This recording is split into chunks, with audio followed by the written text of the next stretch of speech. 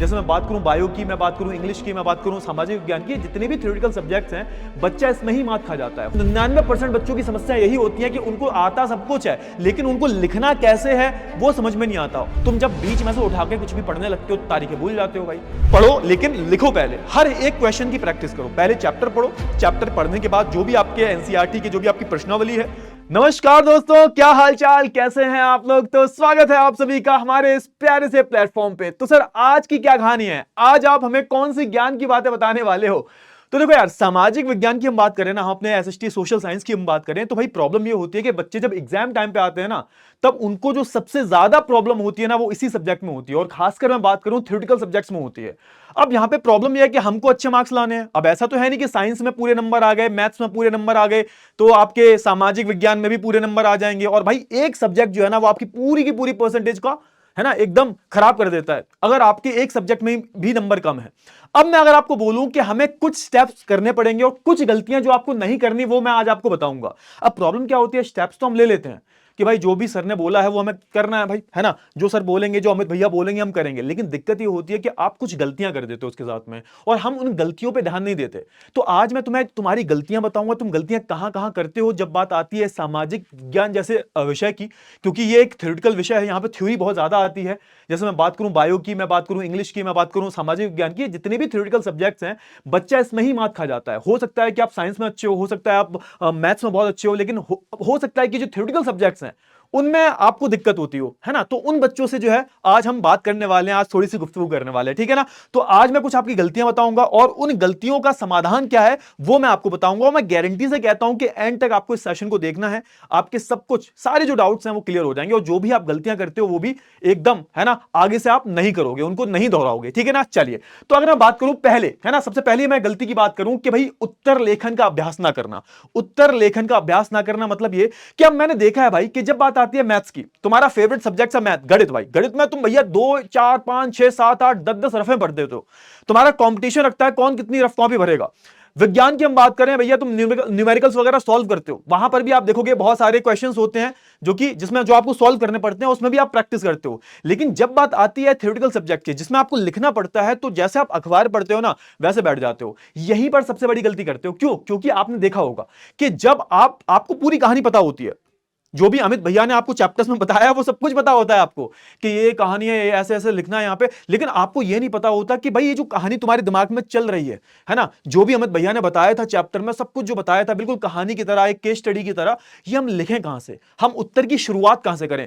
90% बच्चों, 90 नहीं 99%, मैं 99% बच्चों की बात कर रहा हूं कि 99% बच्चों की समस्या यही होती है कि उनको आता सब कुछ है लेकिन उनको लिखना कैसे है वो समझ में नहीं आता। और ये पता है क्यों होता है, इसकी जड़ क्या है, इस दिक्कत की जड़ क्या है। इसकी जड़ यही है कि आप क्या करते हो, आप ना लिखने की जगह आप आंसर प्रैक्टिस करने की बजाय आप जो है पढ़ने के लिए बैठ जाते हो। अब एक बात बताओ यार, पढ़ते तो तुम न्यूज़पेपर भी हो, अखबार पढ़ते हो, और सुबह अखबार पढ़ो, मैं रात को पूछूं कि क्या क्या लिखा हुआ था बताओ, डिटेल में बताओ, थोड़ा सा नहीं बता पाओगे तुम, क्योंकि पढ़ना अलग चीज होती है और लिखना अलग चीज होती है। तभी तो हमने बोलते हैं ना कि लिख लिख के याद करो। याद तो करना है लेकिन तुम्हें लिख लिख के याद करना है। क्लियर हुआ ना। इससे होता यह है कि आपको जो उत्तर होता है ना वो एक स्ट्रक्चर्ड फॉर्मेट में लिखना आ जाता है कि कौन कौन सी चीजें पहले लिखनी है, कौन सी चीजें बाद में लिखनी है, और उत्तर को लिखना कैसे। और जब आप एग्जाम देते हो तो आपको ऐसा नहीं लिखता कि पहली पहली बार आप उत्तर लिख रहे हो। सोच के देखो, पूरी साल तुमने क्वेश्चंस पढ़े और आंसर भी पढ़े, तुमने उसके उत्तर भी पढ़े तुमने, और सब पढ़ रहे हो तुमने लिखाई नहीं की बिल्कुल भी, तुमने प्रैक्टिस की ही नहीं। अब सोच के देखो जब तुम बोर्ड एग्जाम में बैठे होगे तो तुम्हें कितना अजीब सा लगेगा। क्यों? क्योंकि तुमने प्रैक्टिस कभी की नहीं है। और यहां पर एक दिक्कत और आती है कि तुम सोचते होगे ना, सुनते होगे कि हमें सर पूरा एग्जाम आता था लेकिन वो आंसर वो हमारे बहुत सारे क्वेश्चन छूट गए सर, समय कम था। अरे समय कम नहीं था, समय तो पर्याप्त था, लेकिन दिक्कत यह है कि तुमने आंसर प्रैक्टिस करी ही नहीं तो वो समय भी कम पड़ गया। तो इससे बहुत सारी दिक्कतें निकल के आती हैं। तो पहले दिन से आपको आज से ही क्या करना है भाई, आज से ही आपको जो है पढ़ना बंद करना है, लिखना शुरू कर देना है। क्या करना है भाई, आपको पढ़ना बंद करना है और जो है थोड़ा सा रुक जाइए, हाँ थोड़ा सा रुक जाइए, हाँ, तो आपको क्या करना है भाई, आपको जो है पढ़ना बंद कर दो, पढ़ो लेकिन लिखो। पहले हर एक क्वेश्चन की प्रैक्टिस करो। पहले चैप्टर पढ़ो, चैप्टर पढ़ने के बाद जो भी आपके एनसीईआरटी की जो भी आपकी प्रश्नावली है उसकी क्वेश्चंस की प्रैक्टिस करो। आंसर कहीं भी मिल जाते हैं आपको, और फिर अपने आंसर को जो किताब में आंसर दे रखा है, जो आपके पास आंसर है, उसको मिलाने की कोशिश करो, तब जाके धीरे धीरे जो आपकी आंसर राइटिंग सुधरेगी। तो इसका जो है यही समाधान है। और हाँ, डेली हो सके तो 2 से 3 क्वेश्चंस की प्रैक्टिस करो हमेशा। मतलब कोई भी चैप्टर के 2-3 क्वेश्चन उठा लो और उनकी डेली प्रैक्टिस करो। प्रैक्टिस का मतलब ये नहीं है कि बस ऐसे ही नाम की प्रैक्टिस ना, उनको प्रॉपर तरीके से तुम्हें जो तुमने लिखा है और जो एक्चुअल में आंसर है उसको मिलाओ, उसके बाद ही जाके जो है ये आपकी प्रॉब्लम सॉल्व होगी। ये अब देखोगे ना 99% बच्चों की जो है यही समस्या आती है। क्लियर हुआ ना? चलिए बहुत अच्छी बात है, आगे बढ़ते हैं। गलती नंबर दूसरी आप क्या करते हो कि दूसरी की अगर हम बात करें तो हम बात करें तारीखों की। जैसे बहुत छोटी छोटी चीजें होती हैं, है ना, और ये आपकी आंसर राइटिंग से भी संबंधित है। बहुत सारी चीजें होती है, जैसे होता क्या है, बहुत सारी तारीखें होती हैं या फिर बहुत सारी तिथियां होती हैं, बहुत सारी सन होती हैं, वो आप भूल जाते हो। इसका भूलने का यही कारण होता है कि जब आप चैप्टर पढ़ते हो तो कहीं से भी कुछ भी उठा के पढ़ने लगते हो।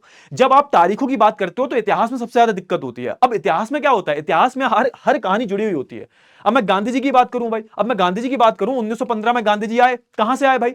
साउथ अफ्रीका से। उसके बाद ही तो सारी जो हमारी समय रेखा है उधर से ही तो शुरू हुई है।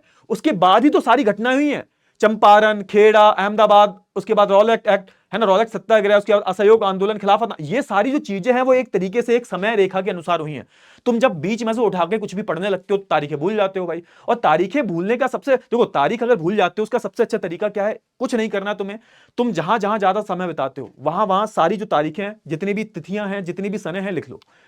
2-4 बारी वहां से गुजरते हो तो एक बारी नजर पड़ती है, अपने आप याद हो जाएंगी। और मैं तो हमेशा बोलता हूं कि कहानी की तरह पढ़ो और तिथियां को याद करो ही मत। उसको जब तुम एक कहानी की तरह पढ़ोगे, समय रेखा को फॉलो करोगे, क्रोनोलॉजी को फॉलो करोगे, तो अपने आप आपको तिथियां याद हो जाएंगी। अच्छा, बहुत सारे कीवर्ड्स ऐसे होते हैं, कीवर्ड समझते हो ना, कि कुछ ऐसी चीजें होती हैं जैसे समाजवाद, साम्यवाद, है ना, उदारवादी, रूढ़वादी, तो ये कुछ ऐसे कीवर्ड्स होते हैं जो आप भूल जाते हो। अब इनको क्या करना है, इनको आपको हाईलाइट करना है। जैसे कभी भी आंसर लिखो तो हाईलाइट कर दो। हाईलाइट जब कर देते हो तो उस पर नजर पड़ती है, अरे हाँ अमित भैया ने ये मतलब बताया था। तो इससे क्या होगा, इससे होगा ये कि तुम्हारी आंसर राइटिंग की क्वालिटी जो है वो और ज्यादा सुधरेगी। क्लियर हुआ ना? बाकी मैंने इस पर भी बहुत सारी वीडियोस बना रखी है। और याद रखो हमेशा कि ये गलतियां ना हो तो आप माइंड मैप का सहारा ले सकते हो, है ना, एक फ्लो चार्ट बना सकते हो। इससे क्या होता है, इससे होता यह है कि आप जल्दी से जल्दी रिवीजन कर सकते हो। तो मैंने पूरा माइंड मैप वगैरह बना दिए हैं और भी आगे कई सारे वीडियो जो आते रहेंगे। गलती नंबर 3 की हम बात करें, रिवीजन। अरे भाई साहब, ये बहुत बड़ी दिक्कत है। पहली बात तो दिक्कत होती है तुम्हारी बैकलॉग्स की। बैकलॉग्स कैसे क्रिएट हो जाते हैं, जब तुम स्टार्टिंग में हल्के में पढ़ते हो, हल्के में रहते हो, और बाद में तुम्हें एकदम से लगता है अरे भैया क्या हो गया, क्या हो गया। तो तुम्हें करना क्या है, तुम्हें पहली बात तो साथ के साथ रिवीजन करना है।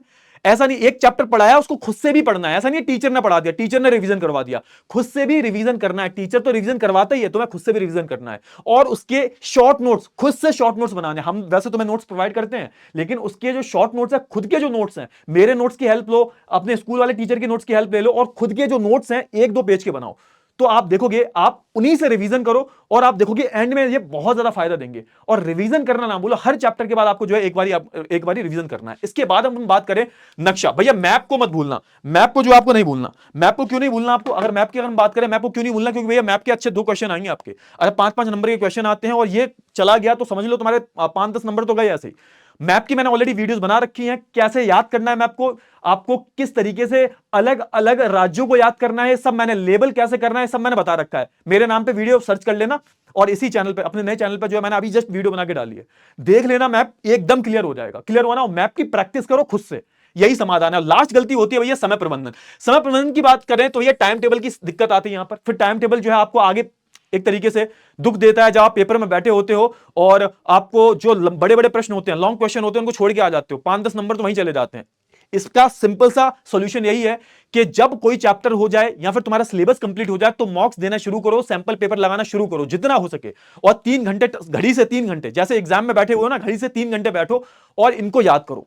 तभी जाके जो है इसका समाधान निकल पाएगा, तभी एक समाधान यही निकलेगा, तभी आपके एग्जाम में आप अच्छे आंसर लिख पाओगे। और जो पेपर छूट जाते हैं, है ना, समय प्रबंधन नहीं हो पाता, वो समस्याएं सारी दूर हो जाएंगी। क्लियर हुआ ना? आई होप आपको इतनी चीजें जो हैं बहुत अच्छे से क्लियर हो गई होंगी। ठीक है ना? तो ये था हमारा भाई आज का सेशन। आई होप आपको पसंद आया होगा। इनको इंप्लीमेंट करो और सच में आपको इसके अच्छे रिजल्ट्स मिलेंगे। ठीक है ना? तो मिलते हैं हम अगले सेशन में, तब तक बाय बाय, टेक केयर।